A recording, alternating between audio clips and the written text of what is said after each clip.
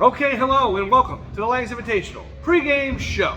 I am your host, and tonight's show is brought to you on the RTR Bowl YouTube channel by Ripping the Rack. So please hit the subscribe button, hit the like button, mash the notifications bell or something.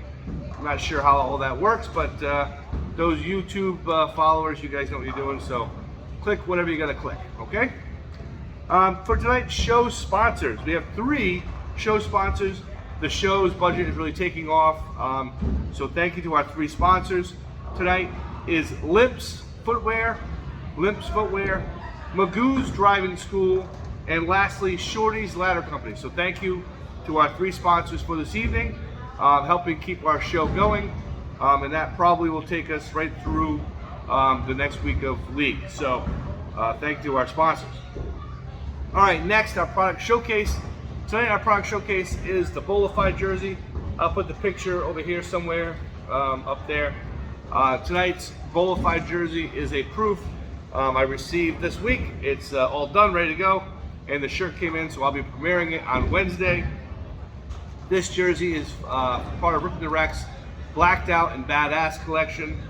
We can get you a jersey like that if you like, or any jersey you want customized to your specifications.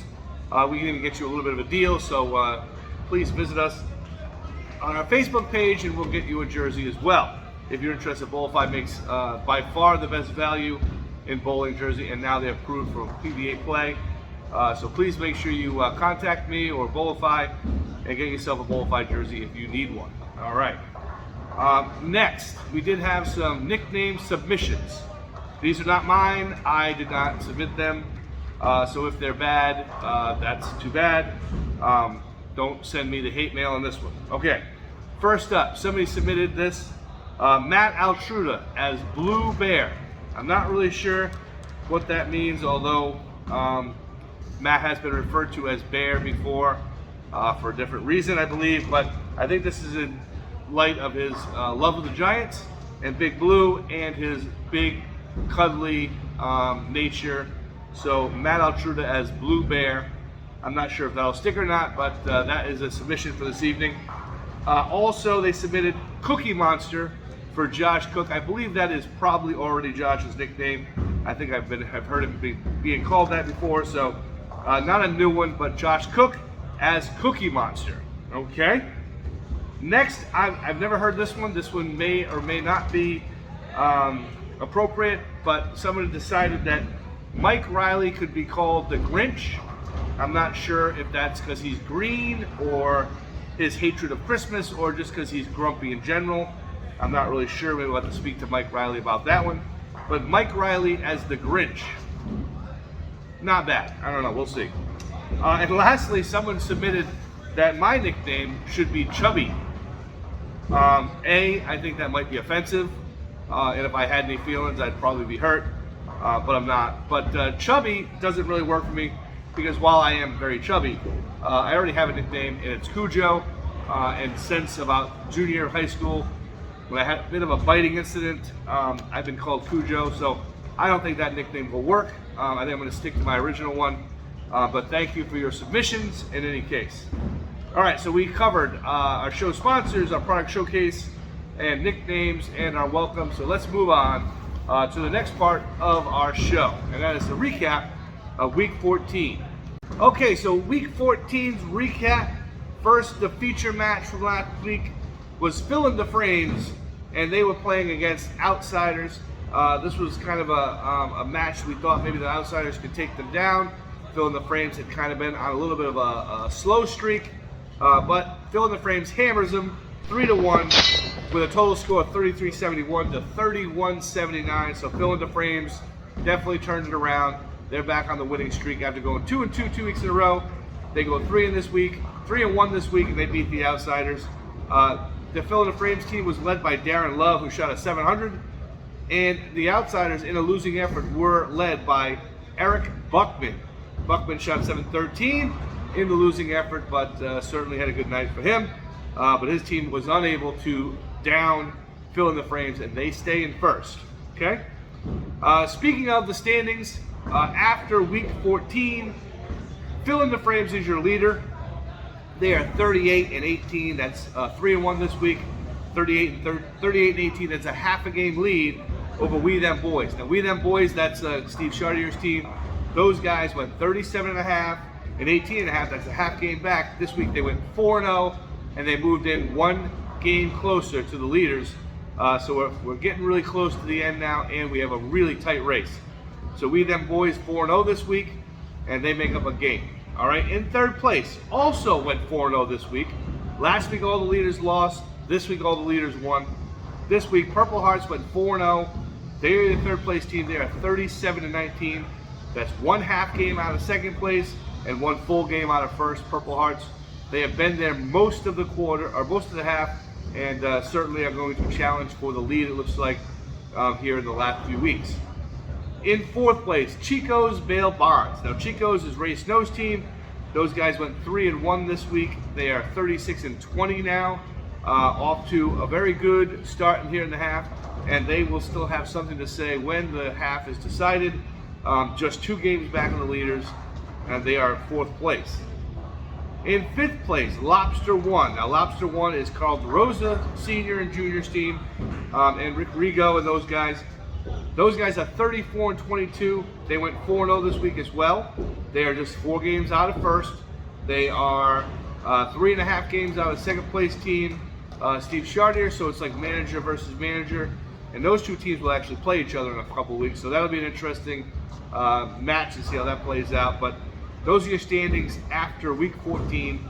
Fill in the frames in first. We Them Boys, Purple Hearts in third, Chico's Bail Bonds in fourth, and in fifth place, Lobster One.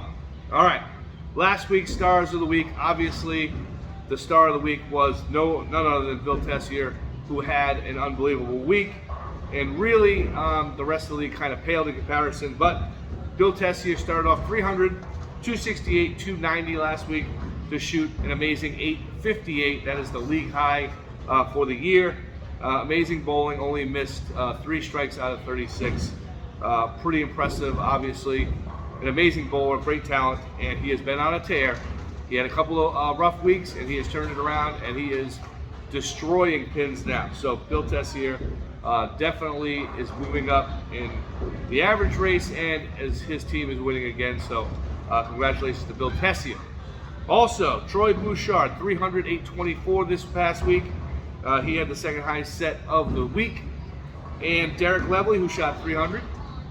Also, Zach Bacon, 772 this week. Mike Borey shot 763. Believe it or not, 763 was 4th in the league for the week. Obviously, a very high-scoring week. Again, this is the 3rd or 4th week in a row, at least the 3rd week in a row with big scores. Right behind Mike Borey, Josh Palrow, who shot 762. I'm not sure if that's a career high for him, but he has had a couple of really good weeks in a row, so good for him. 762 this week. And also, Jimmy Savasta, 750.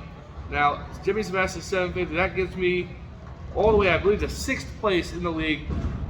750 was 6th high in the league. That's got to be the best score week we've had thus far. Very good bowling by Jimmy Savasta. He shot 700 last week and a 300. This week he shoots 750. He's back to rolling like he was earlier this season, so good for Jimmy. Big scores for a 3rd straight week. I'm not sure if maybe we should implement some drug testing or what's going on. Maybe something is going on with some voodoo in the back. Definitely had to get some investigation to see what's going on with the scoring. It has definitely been much higher the last month. So that is your recap of week 14, including your feature match. Now we're moving on to the next segment, which is the singles leagues, our singles scratch and our singles handicap. Okay, speaking of our singles scratch league, your leader in the singles scratch, Ray Snow, 66-22. Ray bowled 746 this week and went 6-2 in his match. He is your leader by 2 points over Billy Tessier, who bowled went 64-24. He bowled 858 this week and went 8-0 in his match. In third place, 2-way tie, Troy Bouchard, Greg White. Both bowlers are obviously 62-26. Troy Bouchard went 824 and an 8-0 match for him, and Greg White went 6-11, and he is 6-2 this week. In fourth place, a 3-way tie, Carl DeRosa Jr., Steve Gardner and Brian Opie, all three bowlers at 60 and 28. Carl Rosa Jr. went 574 and went 2 and 6 in his match. Gardner 619 and 62, and Brian Opie went 704 and he also went 6 and 2. So those are your top 5 places in the singles scratch league. Currently in the 10th place position, that is your cut for the cash. That's 56 and 32. So 6 points or 10 points separate first place and 10th place in the singles scratch. On to the singles handicap league. Your leader is a new leader. Steven Chartier is 68 and 20. He bowled 800 with his handicap this week. He is now 68 and 20 as we mentioned. He bowled 6 and 2 in his match this week. Brian Opie 65 and 23 is 3 points back. That's second place. Brian this week 719 with handicap, but he did go 6 and 2 in the match. In third place, Jimmy Savasta 63 and 25. That's 5 points back on the leader. He bowled 729 with his handicap, and obviously 8 and 0 on the match. Ryan Nelson, a newcomer to the top 5. He is 62 and 26. That's 6 points back. He bowled 685 this week with his handicap, and he went 8 and 0 in the match. Tim Healy and Derek Levely round out the top 5, tied at 60 and 28. Tim Healy shot 706 and went 6 and 2, while Derek Levely shot 740 and went 8 and 0 this week in his match. In that cut place for the cut place for that league, 35th place is your final cash spot. That is 48 and 40, so just 20 points from first to 35th. And those are your cash spots. 48 and 40 will get you a check currently. Okay, so that's your singles scratch and your singles handicap leagues. Okay, on to our feature segment, our feature match of week 15. Your feature match is the Purple Hearts versus Hanger Wanker. Purple Hearts, your third place team. They are just a game and a half out of first. They're 37 and 19, obviously. They're bowling against Hanger Wanker, who is completely on the other end of the spectrum. I believe they're in 36th place, and they are 20 and 36, but they have been bowling better as of late. And they are led by Brian Strauss and Alex Carden. Both bowlers have been bowling much better as of late. Last week, Strauss went 698, Carden I think went 720 or so, 727 maybe. And those guys are streaking. And so those guys are taking on the Purple Hearts team. And obviously, the Purple Hearts have a three-headed monster of the Leveleys. Derek went 300 and 707 last week. Dennis Jr. went 740 last week. And Dennis Sr. last week went 682.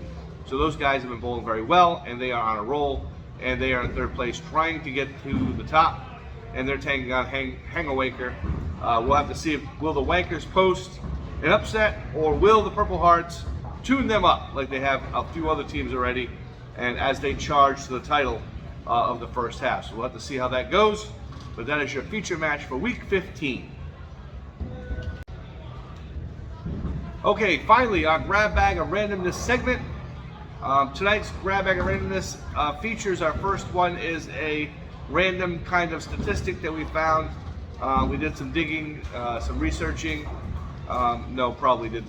Our crack research staff has mostly quit or been fired. But we did find out that 2/3 of the league approximately have league averages that are lower than their entering average. Let me say that again. So 2/3 of our bowlers that have a league average of at least 21 games is lower than their entering averages. So 2/3 of the averages are down this year compared to the entering average. What are the 1/3 that are up doing that has their averages up? That's a good question. Maybe again we should implement some drug testing, or maybe it'll be anal probes. I'm not sure. But very interesting that 2/3 of the league grew a lot this year, and we added some very talented bowlers, but yet 2/3 of the averages are actually down. So interesting. Secondly, congrats going out to all the award winners. This past Friday we had the Hall of Fame awards dinner, and we had Hall of Fame inductees, and as well as we had some honorees and some award winners that received their recognition at that Hall of Fame dinner in Woonsocket. So congrats going out to all the people who won awards or took home some hardware at the RIUSBC Hall of Fame and Awards dinner held last Friday night. Congratulations. And finally, we have a new and updated and improved logo for Ripping the Rack, and I was very excited I'm going to share them on this side perhaps, maybe over there. So we'll have some updated logos I wanted to show you. And we want to make sure we send a special thanks out to JG Graphic Designs and Visual Promotions. Those guys worked very hard to get our new and updated logo. We used all that extra sponsor money we've been getting to pay JG Graphic Designs and Visual Promotions to do an update for our logo. So we appreciate that, and we appreciate you guys bringing all that subscription money in and keep hitting those like buttons. Okay, that's all we got for this evening. I want to say thank you to Custom Profit, thank you to Lang's Bowlerama, thank you to the Nelson Center for letting us host our event here. Also, thank you to Bowlify, thank you to TournamentBowl.com, Storm Bowling, Rotogrip, 900 Global, 3G Shoes, Bowlage.com, and that's about it. All right, so thank you very much. Good bowling and good night.